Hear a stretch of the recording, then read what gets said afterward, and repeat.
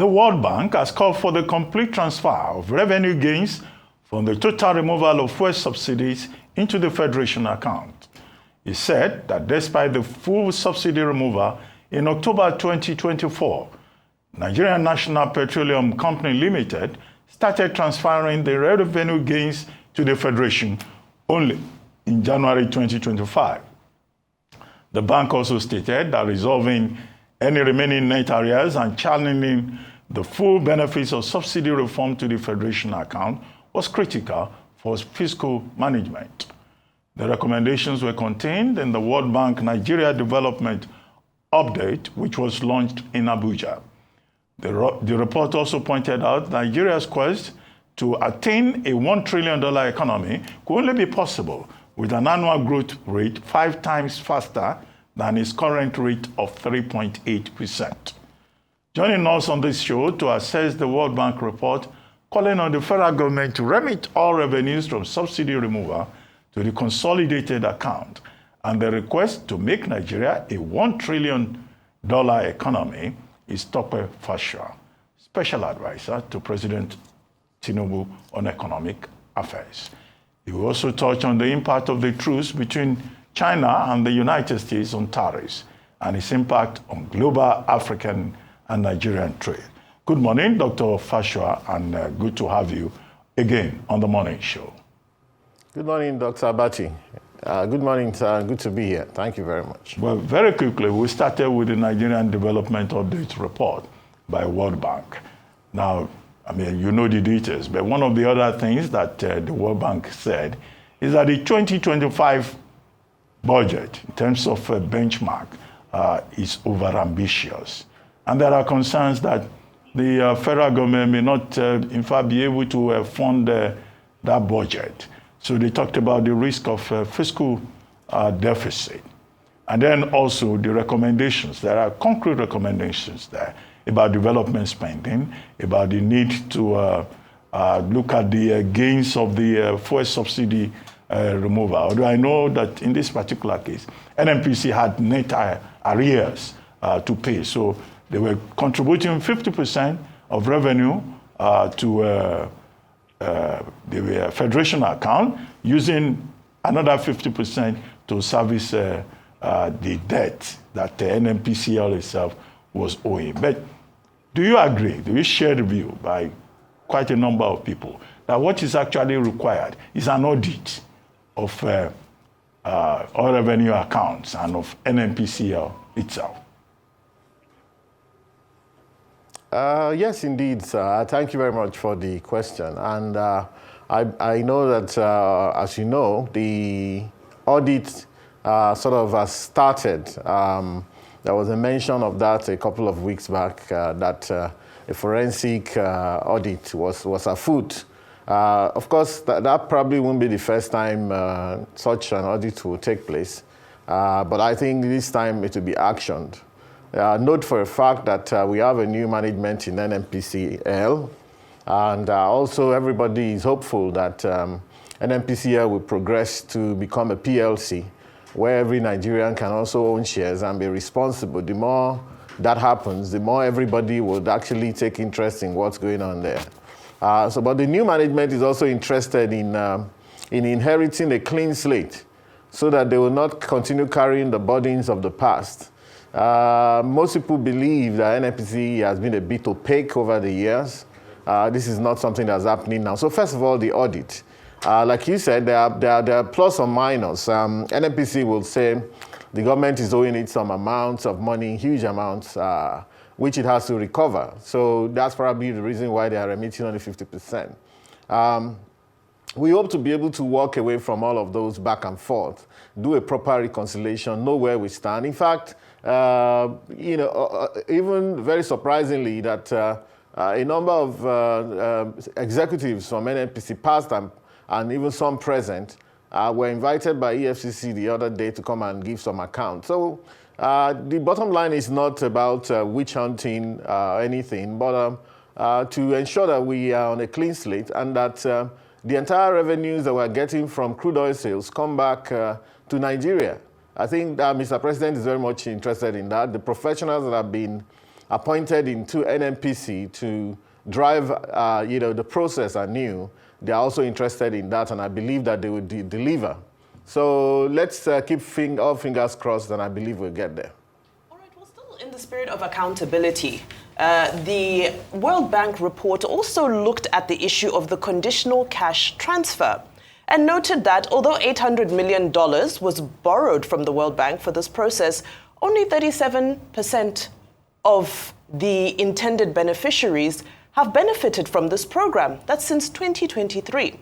So my question is, what happened to the $800 million that was supposed to benefit 15 million Nigerians at 25,000 naira per transfer? Number one. Number two, what happened to the case in the Ministry of Humanitarian Affairs that took up so much of our time and our space in the public fora and seems to have just magically vanished?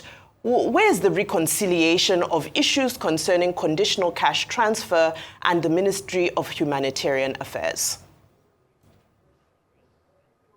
Thank you very much. If you know the way the World Bank disburses their funds, they're very careful, and indeed, some would even argue that it creates some sort of bottlenecks.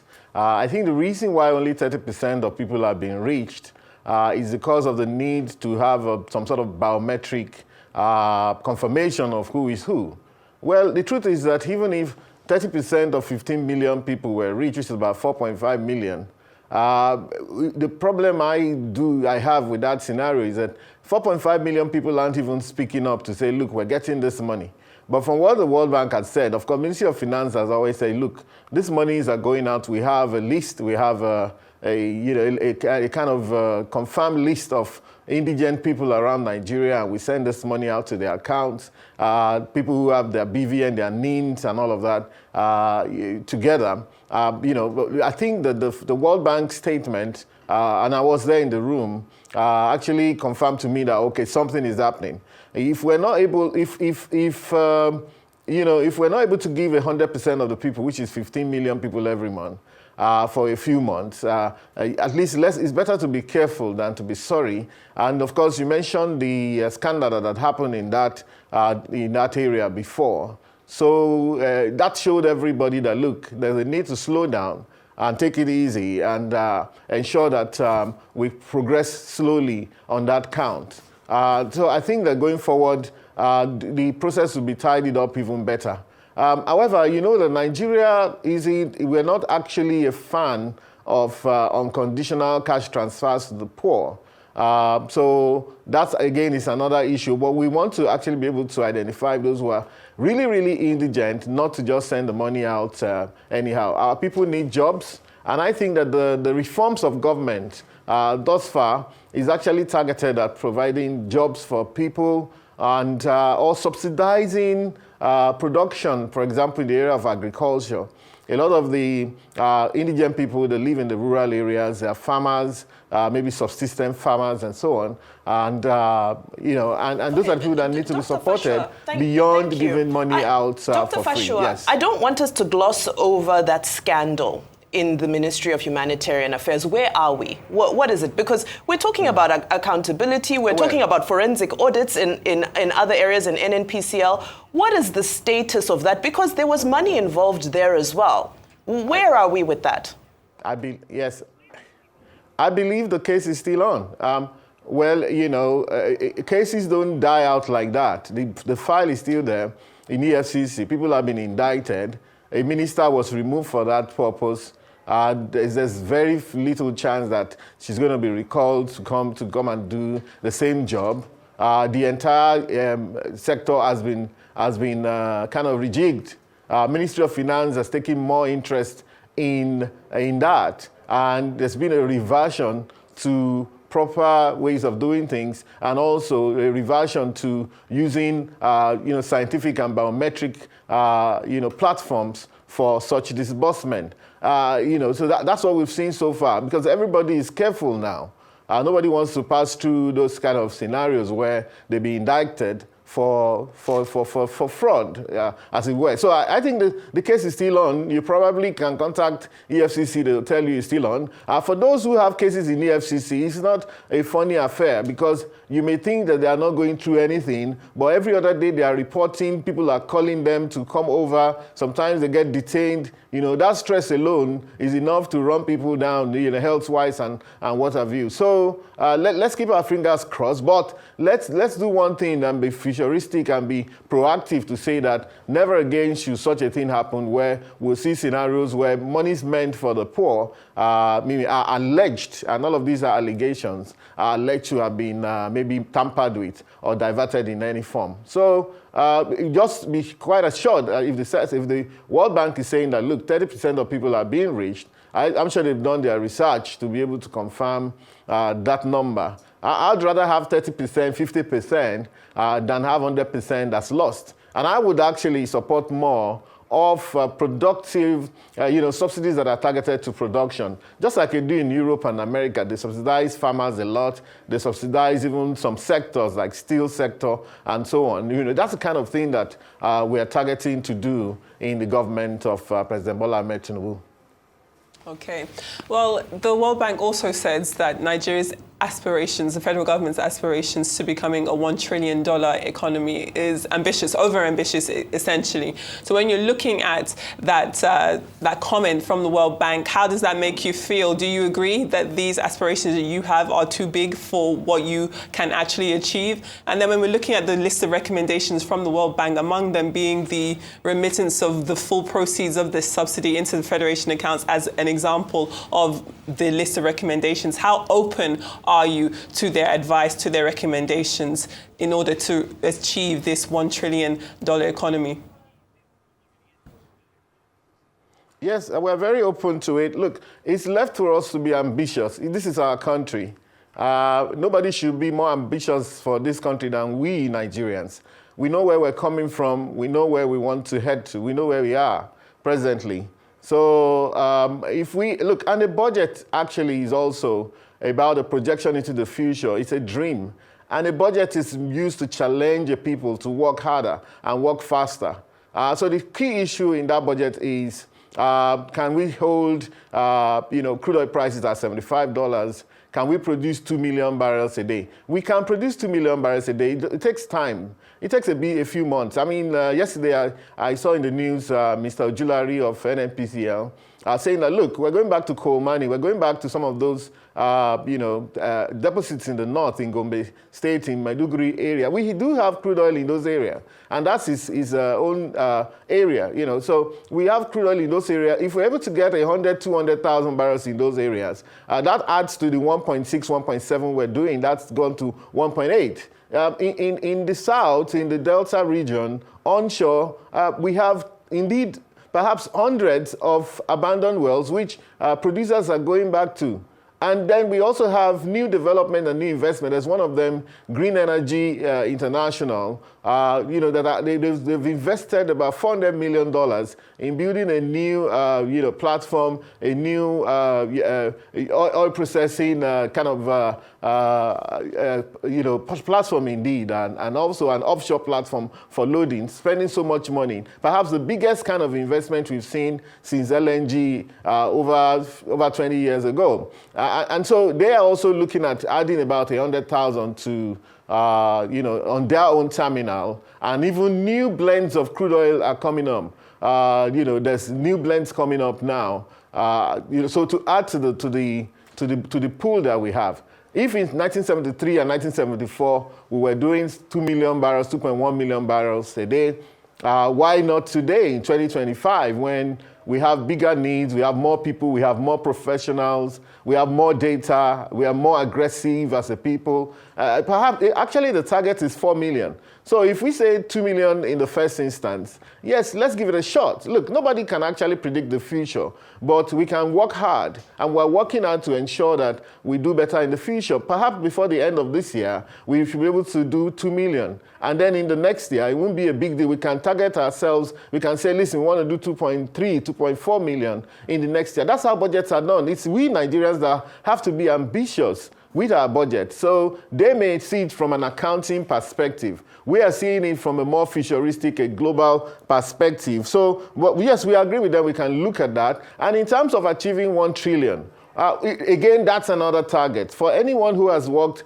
as an accountant in budget preparation, when you're doing your budget, you are being optimistic. Say, look, we can work harder than we are. We have been working, and that's where we are right now. So if we say we're going to hit 1 million, and in 2030 we get to 750, is that not a pass mark? That's a pass mark. And we will not actually start to benchmark this budget because indeed it seems like the World Bank has been working on the old GDP, which is what we're running right now. If we're running old GDP right now with figures that are based almost 12 years ago, when we ought to have done the rebasing almost 6 years ago, so except we come back and say we know what the new GDP, where it's standing now, with a new rebasing that hopefully is being worked on and will be announced soon, then we can say game on. Now it's time to start running, and so whatever that number comes to, and I'm hopeful that it'll be substantially bigger than what we have now, because the reason why we have a drop in the GDP in dollar terms is because of the depreciation of the naira, which itself is a policy that is yielding good results in other areas. For example, the fact that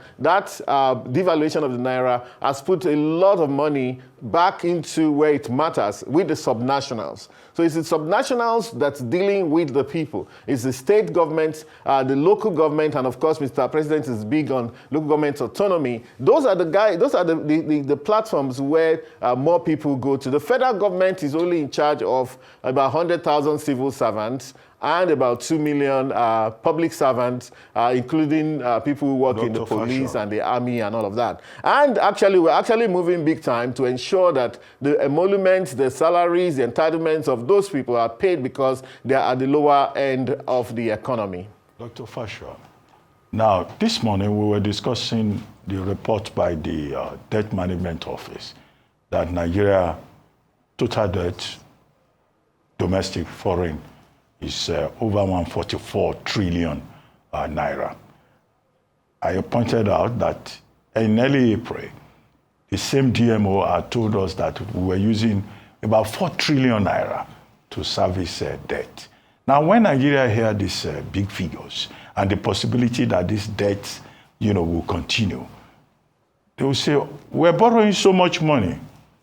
Now, what is anybody doing with the money? Where is the productivity within the economy? Can you please tell Nigerians, what are we actually doing with this money? And then there are some people who say that we are in a deep hole fiscally, that the fiscal deficit is in itself a big problem that could threaten performance, budget performance, which is one of the issues, raised in that World Bank report. Okay. Thank you, sir. But we have also been doing a lot better on fiscal deficits. As a percentage of yearly budget, this year's fiscal deficit, about 13 trillion proposed on a 54 trillion budget, is perhaps 25% or less. But there was a time when our deficit was 50% of our yearly budget a few years ago. And so there's a conscious effort to drive that down going forward. Now, in terms of the debt servicing, I was reading a news item a couple of days back where in December 2022, we were complaining about our debt servicing being 120% of our revenue, 120% of our revenue in 2022. That figure has dropped to about between 65% and 70% today of our revenue. Okay, so from 120%, meaning that all of the revenues of Nigeria in the year 2022, we had to go and borrow more money to add to all the revenue that government makes to just service the debt. Today, we are on 120, we're on 64%, between that to 70%. And Nigeria has actually been keeping its word, our word indeed. Nigeria has never defaulted on debt servicing, on our debt. We have a pristine, if you like, pristine record in terms of being good borrowers. We have never defaulted on our debt. I mean, a country like Argentina Argentina, which people seem to praise a lot these days, have defaulted perhaps up to 20 times on their debt. So what are we using the money for? Okay, first of all, remember, of course, it's still on the issue of debt servicing. Nigeria has done very well. I mean, recently we cleared the principal amount of $3.4 billion, which translates to about 7-8 trillion naira indeed, of the IMF debt that was taken in 2020, which is a remarkable development. Sorry, Dr. Fasua. Sorry to interrupt you. Yes, please. You know, for the benefit of laymen, are you saying that, okay, we're so heavily indebted, but we borrow more money to pay off debts so that we can borrow more money? Is that a simple summary for a layman? No, we don't. No, we're not borrowing. No, that's not the point. I'm still on the issue of debt servicing before talking about what are we using the money for. So it's not to borrow to be able to borrow. I'm just saying that in terms of debt, where the DMO is doing a great job, the Ministry of Finance, the CBN. If you look at the fact that we're about $38 to $39 billion in our foreign reserves now, and we have been able to increase our unencumbered net foreign exchange reserve from $3.99 billion to $23 billion, which is about $20 billion in excess in the last year. I mean, in terms of managing the books, we're doing pretty well. Again, President Tinubu is an auditor, is an accountant himself. The people he's working with is key men, Mr. Cardoso, Mr. Edu, and so on. Also, that same kind of mentality. These are not wasteful people. In terms of what we do with the money, first of all, note that I said that there's been quite a bit of money going to the subnationals as we speak. The state governments are washing money. In fact, they've paid down in 2024 alone. Our states paid 32% of their global debts down. Some states paid down even 90%, meaning that their balance sheet have been freed. Only states like Niger State borrowed more money because of the agricultural expansion they're doing. So we want more states to be able to do that now that their balance sheets are free. So what we're looking at is an explosion of infrastructural development, especially at the subnational level. Everybody seems to blame federal government for everything, but like I said before, most of the infrastructure that we need, and everybody should now please focus on what the state governments are doing. Almost none of them is borrowing right now, apart from maybe Niger State that I mentioned. Even Lagos State in 2024 paid down 10% of its global debt. Being that Lagos State is actually the big kahuna in the room, you know, if Lagos State had paid down more, we probably would have been talking of about 50% of state debts disappearing. So the federal government is taking on the body now. And I say that, look, people say we're overborrowed. We're not overborrowed willy-nilly. If, for example, we come up with our rebased GDP, and I keep talking about that, and I think it's valid for us to say that from an accounting perspective, if something we're supposed to have done 6 years ago, we shouldn't be afraid to do it. It's what we must do. And if we look at the way the economy has evolved, this is a dynamic, growing economy. Even our real estate, the real estate stock of real estate alone will totally reposition this GDP if you look around here and see what people have invested. Left. So no, just let me land on this to say that, look, if the rebased GDP comes out, Nigeria's debt to GDP will fall to about 20%. And if you look around the world, only a country that's not serious will be borrowing 20% of its GDP. So indeed, you'll see that we can do a whole lot better. Our people need fast growth that also dovetails into fast economic development, fast human capital development, and that's what we're looking at, and that's what we're doing. I know you have a lot of valid points to make. Just in one sentence, please, one sentence. The Business Day reports that the external reserves as of today have fallen to an 8-month low, and of course attributing that to external debt servicing and of course defending the Naira based off of what is happening with the global headwinds. My question to you, should we continue to defend the Naira to maintain this exchange rate that we said was now a free market exchange rate? We're not defending the Naira as far as I know. I mean, the Naira is being traded on a daily basis. The CBN confirmed that they had to make some payments when there was a dip because of the tariff war. No, that's managed floating. That's managed floating. No, that's just a managed... Well, okay, that's just a managed floating scenario. It's either you're fixing your currency or you're pegging it, or you're managing the float, or you're floating fully. Should we continue to manage the float then? And that's what... Absolutely, manage the float, because the central bank will only come in once in a while by dealing with the commercial banks, knowing what's going on. Sometimes you sell, sometimes you buy. The central bank is actually just another player in the market. So there's nothing wrong if we say, like, look, okay, if things are going, for example, because of Donald Trump's policy, some of the foreign portfolio investors wanted to move out. There's always that flight to safety if anything is happening. But look at what's going on now. They're going to come back because Trump and China seems to have reached a rapprochement. And, yesterday the U.S. stock market, was very positive. Today I've watched what's going on in the FTSE, in the CAC, in Frankfurt, in the DAX in Frankfurt, and CAC in Paris, and the markets. And in fact, crude oil today is going about almost $67 now. So with this kind of rapprochement that has been reached, maybe crude oil will head back to 70, 75, who knows? And it's also a way to be optimistic about our scenario. Yes, okay, Dr. Fasua, the suspension of the tit for tat between the world's two largest economies, yes, well, it's for 90 days. And who knows, President Trump has a way of changing his mind. So let's see what happens, because we want to thank you very much for joining us on The Morning Show.